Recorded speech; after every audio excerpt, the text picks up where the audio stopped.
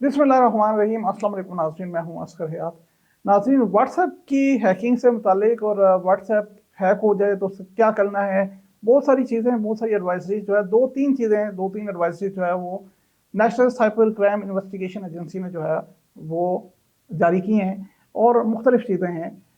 ये कुछ टाइम हो गया है कि पहले एक एडवाइजरी आई, फिर दूसरी आई, फिर तीसरी आई, और तीनों को मिलाकर मैं आज आपको बताऊंगा और पूरा कंक्लूजन बताऊंगा। अगर व्हाट्सएप हैक हो जाए तो उसका क्या करना है, व्हाट्सएप की रसाई अगर कोई और ले ले उससे कैसे वापस लेनी है, और कौन कौन सी ऐसे ऐसे मैयर्स हैं जो इस्तेमाल करने हैं। सबसे पहले तो ये है कि व्हाट्सएप कॉल्स अगर आपको आती है, और व्हाट्सएप कॉल आती है किसी बैंक मैनेजर की तरफ से, या किसी एफआईए का नाम लेके कोई करता है, नादरा का नाम लेके कोई करता है, कोई पुलिस ऑफिसर, पुलिस, आर्मी, कोई भी इदारा जो है व्हाट्सएप कॉल करता है, तो वो उससे आपको परेशान होने की ज़रूरत नहीं है, या उसको आपको असली मानने की ज़रूरत नहीं है। उसकी तस्दीक की ज़रूरत बड़ी इंपॉर्टेंट है।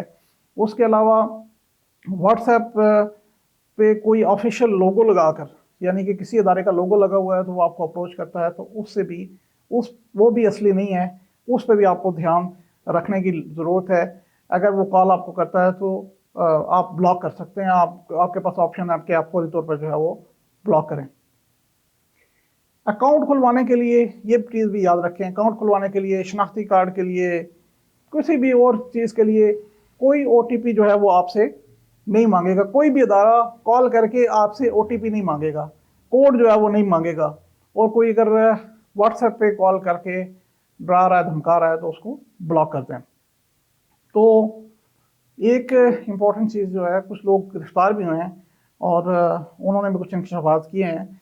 लेकिन व्हाट्सएप पे अगर आपका हैक हो जाए तो क्या करना है, बहुत सारे लोगों को ये नहीं पता होता। और जब तक ये पता चलता है, जो हैकर है वो व्हाट्सएप उन्हीं का व्हाट्सएप इस्तेमाल करके लोगों से पैसे भी बटोर लेता है और चीट भी करता है। तो इसकी इम्पोर्टेंट चीज़ ये है कि व्हाट्सएप, अगर आपका व्हाट्सएप हैक हो जाए, दूसरे अल्फाज में अगर किसी और के पास उसकी रसाई चली जाए, तो आप फौरी तौर पे क्या करें, आप फौरी तौर पे अपने व्हाट्सएप को अनइंस्टॉल करें और फिर दोबारा उसको इंस्टॉल करें। और इंस्टॉल करते ही अपना मोबाइल नंबर जो है वो डालें उसमें, तो उस पर 6 अंकों का एक कोड आ जाएगा। अब जो ही कोड आप वेरीफाई करेंगे तो हैकर के व्हाट्सएप जो फ़ोन है उससे व्हाट्सएप लॉग आउट हो जाएगा। पहला और इम्पोर्टेंट चीज़ ये है कि उसको अनइंस्टॉल करें फिर रीइंस्टॉल करें। लेकिन अगर हैकर ने टू फैक्टर ऑथेंटिकेशन जो है वो ऑन कर दी है, तो फिर ये है कि फिर थोड़ा सा प्रोसेस लंबा हो जाता है। फिर जो है वो, और टू फैक्टर्स ऑथेंटिकेशन अगर उसने ऑन की है और अगर आपको पिन भी मालूम नहीं है, तो फिर क्या करें कि फिर थोड़ा सा मुश्किल है, क्योंकि 7 दिन तक जो है वो व्हाट्सएप जो है वो आपको 7 दिन का कोड जो है वो टाइम मांगेगा। लेकिन आपने उसको अनइंस्टॉल किया और रीइंस्टॉल किया, और कोड जो है वो आपके पास आया, तो आपने उसको इंटर किया, तो उसके मोबाइल से लॉग आउट हो जाएगा। अगर से आपके फ़ोन पे भी इंस्टॉल नहीं होगा, लेकिन हैकर के पास से भी लॉग आउट हो जाएगा, तो आपको परेशान होने की उस हवाले से ज़रूरत नहीं है।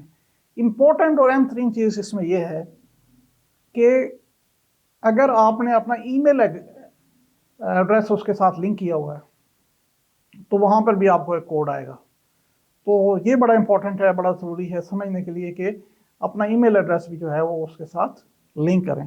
ईमेल एड्रेस को लिंक करेंगे तो फिर आपका व्हाट्सएप हैक नहीं हो सकता, क्योंकि अगर मोबाइल पे कोड नहीं आ रहा, वक्त मांग रहा है, तो आपके ईमेल पे जो है वो कोड आ जाएगा। तो national cyber crime investigation agency ने कार्रवाई की है। रावलपिंडी से कुछ लोग पकड़े हैं। 8 लोग थे, 8 रुकने गिरोह था, और लोगों को मेडिकल इमरजेंसी कहकर, क्योंकि आपके व्हाट्सएप पे जब चले जाते हैं तो फिर आपके व्हाट्सएप पे मैसेजेस पढ़ सकते हैं, मैसेज पढ़ते हैं, तो फिर आपके जो दोस्त हैं उनको, इन्होंने क्या काम किया है कि किसी के दोस्त का आगे रिश्तेदार बन के जो है वो मेडिकल इमरजेंसी की और 15 लाख रुपए बटोरे हैं, और 15 लाख रुपए जो है वो अकाउंट में मंगवाए हैं। तो ट्रेस कहाँ से हुए, अकाउंट से हुए, अकाउंट नंबर से। लेकिन बहुत सारे हैकर्स बहुत तेज़ भी हो चुके हैं, वो इजी पैसा नंबर पर मंगवाते हैं और वहाँ से आगे फिर ट्रांसफ़र भी कर देते हैं। ईजी पैसा नंबर भी जो है वो किसी और के नाम पे मोबाइल नंबर जो है वो अगर रजिस्टर्ड है, तो इसमें बहुत सारी एहतियात की ज़रूरत है।